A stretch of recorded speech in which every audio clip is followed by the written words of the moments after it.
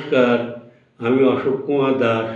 বড়দের আমার শ্রদ্ধা সহ প্রণাম এবং অন্যান্যদের আমার আন্তরিক ভালোবাসা, শুভেচ্ছা, অভিনন্দন জানিয়ে আমি আমার স্বরচিত কবিতা জীবনটা অবশেষে পড়ে শোনাচ্ছি।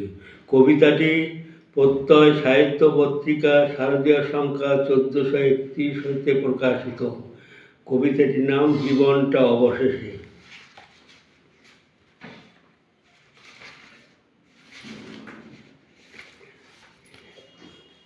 এখানে বৃদ্ধটাকে এমন একলা রেখে এক এক করে পড়েছে সবাই সরে তোমরা এখান থেকে।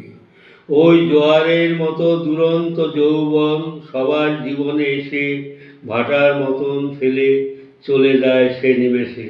ভুলো না এই কথাটাকে। দুঃখ আমার নেই, তোমরা একদিন এমন বৃদ্ধ হবে, ভুলে যেও না মোটেই।